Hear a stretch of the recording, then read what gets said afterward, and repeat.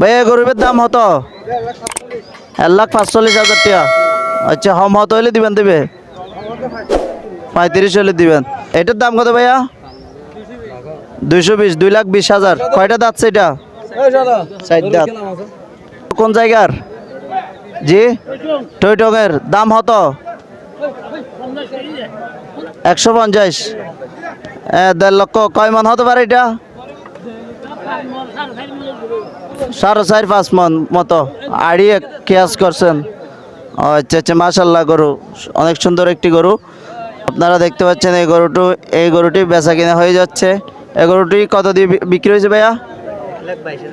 1,22,500। 4 মন হবে? 4 মন হবে মাশাল্লাহ। 1,22,500 দিয়ে এই গরুটি বিক্রি হয়ে গেছে। আপনারা দেখতে পাচ্ছেন এই পেকুয়া বাজারের মধ্যে এই গরুটি মাশাল্লাহ বিক্রি হয়ে গেছে। পেকুয়া বাজার হলো একটি ঐতিহাসিক পুরাতন একটি বাজার।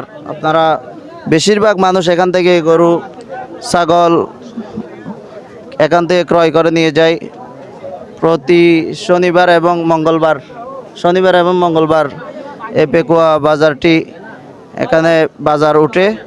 আপনারা এখান থেকে এইটার দাম কত ভাইয়া? 1,30,000 টাকা। এটা কয়টা যাচ্ছে?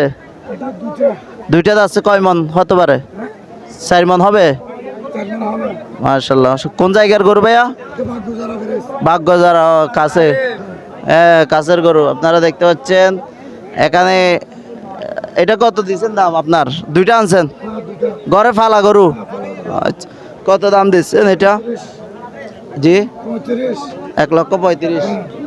এটা তো বড় লাগতেছে বেশি। এটা বড় না, একটু সাদা সাইজের সেজন্য মনে হয় এরকম লাগতেছে। আচ্ছা আচ্ছা ঠিক আছে। এটা বাগবাজারের গরু। আচ্ছা আচ্ছা বিক্রি হয়ে যাবে দিবেন, রাখবেন না গরু? ঠিক আছে কোরবানি দেওয়ার।